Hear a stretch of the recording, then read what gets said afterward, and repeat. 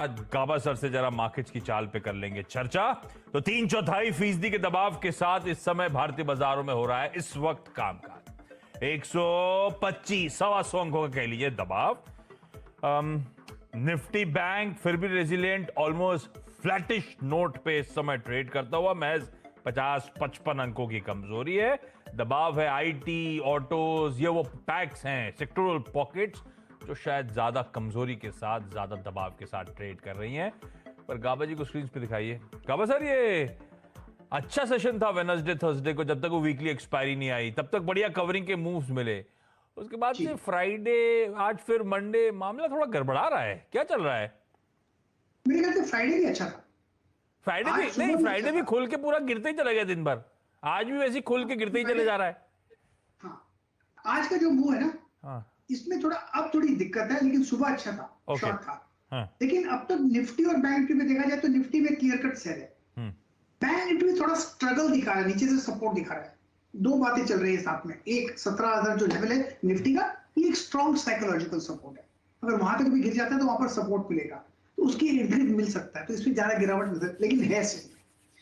Bank Nifty का जो level ध्यान आता है वो है 36,500। ये 36,500 के ऊपर जाएगा कल या आज या परसों, जब भी होगा तब लगेगा यस लॉन्ग होना चाहिए। लेकिन तब तक साइडवेज है। अब से 3.5 तक लगता है साइडवेज है, और बायस थोड़ा डाउन है। बायस भी डाउन है, लेकिन यहाँ पर स्ट्रगल चल रहा है। बैंक निफ्टी पे क्लैरिटी नहीं है, लेकिन निफ्टी क्लियर कट डाउन है। तो क्लियर कट डाउन है, मतलब कि अब बिकवाली करने के मौके हैं क्या निफ्टी में? अब इस समय कोई ट्रेड नहीं बन रहा गाबा सर? देखिए, अब टाइट स्टॉप होना पड़ेगा, और निफ्टी का जो स्टॉप लगेगा 17,140 का रहेगा बस। उससे ज्यादा देना नहीं चाहिए, क्योंकि कुछ भी हो सकता है। तो 17,140 के स्टॉप के साथ बेच दूं? बेच सकते हैं, स्ट्रगल वाला है लेकिन बेच सकते हैं। क्वांटिटी कम होनी चाहिए लेकिन बेच सकते हैं, क्योंकि डाउन है वो। ठीक है। तो ये अच्छा, वीरू सुबह कह रहे थे सेंटिमेंट इसलिए भी खराब है कि इस हफ्ते कटरीना कैफ की शादी हो रही है। ऐसा है क्या गाबा सर? हाँ, वीरू के सेंटीमेंट खराब है, वैसे मुझे नजर आ रहा था, ऐसे मुझे एहसास हुआ। तो जैसे बात कर रहे थे लग रहा था कि वीरू को थोड़ा दुख हुआ है। वीरू वीरू जुड़ गए अगले शो के लिए कमाई के अड्डे के लिए। लेकिन उनके सामने बात नहीं करना। अरे उनके साथ उन्हें पता नहीं चलेगा, बिल्कुल धीरे से अपन दोनों के बीच में बात हुई है। वीरू को कुछ समझ में नहीं आने वाला। वो जख्म है, जख्म को नहीं घुरेड़ना चाहिए। ठीक बात। खबर सर, चलिए थैंक यू सो मच जुड़ने के लिए। तबियत कैसी है आपकी सर्जरी के बाद? आज अच्छी है, अभी सुबह डॉक्टर से भी मिलकर आया, अब ठीक है, अच्छी है। हाँ चलिए, या मिलकर आया डॉक्टर से। ओके, कल मुलाकात होती है गाबा सर से। आप ले आइए जरा मैनेजमेंट को स्क्रीन पे। श्रीराम प्रॉपर्टीज के चेयरमैन और मैनेजिंग डायरेक्टर मुरली एम हमारे साथ जुड़ते हुए। मुरली सर, कार्यक्रम में स्वागत है आपका। अच्छा, सर से बातचीत करूं उससे पहले क्विक स्नैपशॉट दे देता हूं। ये जो श्रीराम प्रॉपर्टीज है, दक्षिण भारत की एक लीडिंग रियल एस्टेट डेवलपर है। मैं आने से पहले सर के पढ़ रहा था, शुरुआत हुई थी 2000 में बंगलुरु से। उसके बाद कई सारे south Indian cities, Chennai, Coimbatore, Visakhapatnam में स्प्रेड आउट हुआ। इवन कोलकाता में इस कंपनी की प्रेजेंस है, पर लार्जली दो मार्केट्स हैं, बेंगलुरु का और चेन्नई का, जहां से ज्यादातर रेवेन्यू, ज्यादातर ट्रैक्शन, ज्यादातर प्रोजेक्ट्स नजर आएंगे आपको। और ये कंपनी वो अफोर्डेबल और मिड मार्केट सेगमेंट में फोकस करती है। ये आईपीओ खुलने जा रहा है 8 दिसंबर को। मैं इसके आगे की डिटेल्स बताता हूं, पहले एक बार सर मुरली सर से बातचीत कर ली जाए। मुरली सर, हाय, गुड आफ्टरनून, कांग्रेचुलेशंस, आप लोग जल्द प्राइमरी मार्केट्स में डेब्यू करते हुए नजर आएंगे। सर, मुझे पहले तो इस कंपनी के बारे में थोड़ा सा और बताएं। ये कंपनी करती क्या है, किस साइज ऑफ प्रोजेक्ट्स इस समय करेंटली अंडरवे हैं, क्या फोकस कंटिन्यू करेगा साउथ मार्केट में, क्या फोकस कंटिन्यू करेगा अफोर्डेबल मार्केट्स में, या कुछ बदलने की तैयारी? Shriram Properties is one of the largest real estate developer in the country, having presence in Bangalore, Chennai, Calcutta, Coimbatore, and Vizag. These 5 cities we have presence. We have a very large presence. In each market we operate, we are in the top 5 developers in the each market. We are predominantly positioned in mid-market and affordable housing segment. That's our primary focus. And 3 years ago, we smelt an opportunity that consolidation is going to play a major role for large developers like us. Hence, we built an organization for doing about 5 to 6 million square foot of pre-sales. And last 3 years, from sub 1 million square foot sales to about 3.5 million square foot average last 3 years we have been able to deliver, and we expect the growth to become much, much bigger in the near future. The industry is going to throw a lot of opportunity. अच्छा, मैं कह रहा था Wednesday को खुलेगा, Friday को बंद होगा। 113 से 118 रुपए का प्राइस बैंड और आईपीओ के जरिए 600 करोड़ रुपए मोबिलाइज करने की तैयारी। मुरली सर, ये जो आप फ्लैट्स बेचते हो, ये नॉर्मली टिकट साइज क्या होता है जो आप प्रॉपर्टीज बेचते हो, फ्लैट्स बनाते हो, फ्लैट्स बेचते हो उनका? Mid segment, our definition is about 45 to 80 lakhs, and affordable is about 25 to 45 lakhs is the affordable one. And we felt right from the inception stage, there are a few things we did. One is that we should be in the mid-market and affordable housing segment, where we believe in our country today, the demand for this segment is likely to be, much, much longer period of time because of the growing urbanization and aspiring middle class population and the increase in middle class population today. Hence, we thought we should be focusing on mid-market and affordable housing segment, which will continue to give long-term growth. One. The second one, we also looked at asset-light model right from the day one. We looked at real estate could be asset-heavy business. Hence, we should create a model which may not need a lot of capital. Hence, we moved into asset-light model right from the inception stage. And last 3 years' time, we have gone into this model, development management model, which proved to be extremely, extremely successful. So we built a very nice portfolio and development management model, close to about 1/3 of our portfolio and development management model, which is doing phenomenally well today, and it's likely to grow further and further. Interesting. अच्छा, ये जो 600 करोड़ रुपए Shriram properties mobilise कर रही है, इसमें 350 करोड़ रुपए OFS है।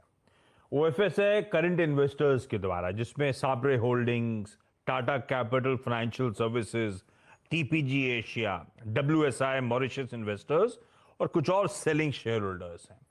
और बाकी का जो 600 करोड़ में से 350 हटा दीजिए, जो 250 करोड़ रुपए है, वो फ्रेश इशुएंस है। तो मुरली सर, ये इस समय श्रीराम प्रॉपर्टीज का डेट स्टेटस क्या है? कितना कर्ज आपकी बुक्स पर है और आप किस हद तक इस डेट को इस आईपीओ की प्रोसीड्स के थ्रू रिड्यूस करोगे? ये फ्रेश इशुएंस का इस्तेमाल क्या होगा? We'll be raising about 600 crores, out of which about 350 crores is secondary. Some of our existing shareholders are selling, and 250 crores is primary, which will be essentially used for debt repayment, corporate purposes, and for growth. Currently, we have close to about 700 crores debt, out of which about 200 crores will get repaid, and we'll reach a debt equity ratio of 0.5 by end of fiscal 2022. अच्छा, एक जाते थे मुरली sir और सवाल। हाल फिलहाल में बहुत तगड़ा प्री सेल्स अपटिक देखने को मिला। क्या आप सजेस्ट फिगर्स, लेटेस्ट फिगर्स जो प्री सेल्स के हैं वो शेयर कर सकते हैं? किस तरह का डिमांड एनवायरनमेंट, किस तरह का मोमेंटम पिकअप हो रहा है बिजनेस में? दरअसल ये जानने में आसानी होगी। As I said, the last 3 years time we have done about 3.5 million square feet, and naturally we expect to grow much bigger. September 30th, we have done close to about 1.6 plus million square feet, and as you know that Q3 and Q4 is always high demand absorption period. We sell roughly about 1 million square foot quarter. That's our end rate with which we do it. 80% of our ongoing is already sold today. चलिए मुरली sir, best wishes आपकी इस primary market offering के लिए, और जब फिर अब listing हो जाएगी तब आपसे आगे के आउटलुक, आगे के फाइनेंशियल्स और आगे की ट्रेजेक्टरी पर डिटेल में बातचीत होगी। Thank you so much sir जुड़ने के लिए आज। तो एक south India based real estate developer आ रहा है प्राइमरी मार्केट्स में परसों से।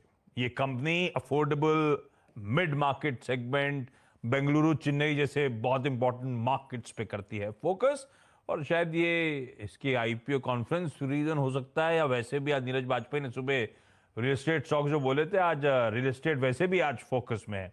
खराब बाजार में रियल एस्टेट इंडेक्स अभी भी आपको हरे निशान में कामकाज करता हुआ नजर आएगा। अच्छा, ब्रेक लेने का समय हो गया। ब्रेक पे जाते थे बता दूं, कल एक और आईपीओ खुलने जा रहा है सब्सक्रिप्शन के लिए, तो खुलेगा परसों। कल जो खुलेगा वो है RateGain ट्रैवल टेक्नोलॉजीज। कोशिश करूंगा कल न्यूयॉर्क कंपनी में इसका टॉप मैनेजमेंट हमारे साथ लाइव हो, फिर डिसाइड करेंगे इस आईपीओ में सब्सक्राइब करना है या नहीं। RateGain की मैं बात कर रहा हूं। क्विकली यहां पे एक छोटा सा ब्रेक के उस पार शैल सर और वीरू से करेंगे मुलाकात।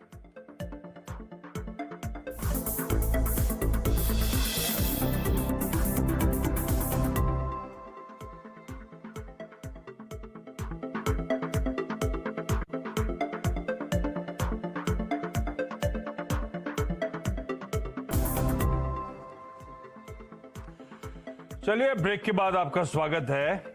दबाव है और वही 140 150 अंकों के दबाव के साथ निफ्टी में कामकाज और हुबहू फ्राइडे का सेशन। फ्राइडे भी खुले तो ठीक ठाक थे, उसके बाद दिन में वो प्रेशर और दिन के लोज के आसपास बंद हुए थे। अब तक की तस्वीर वैसे ही है, लेकिन अब बात है कमाई के अड्डे की और सब होप्स हैं कि आखिरी का 1.5 घंटा कुछ मूड माहौल स्क्रीन पे सुधरे। एक बात ध्यान रखिए, ब्रॉडर मार्केट में उस तरह की दिक्कत नहीं है। लार्जली लार्ज कैप में थोड़ी सी प्रॉफिट्स ऑन द टेबल जा रहे हैं, शायद उसका दबाव आपको देखने को मिल रहा है। ऐसे में शैल सर और वीरू आपको आपकी स्क्रीन पर नजर आएंगे। शैल सर, गुड आफ्टरनून।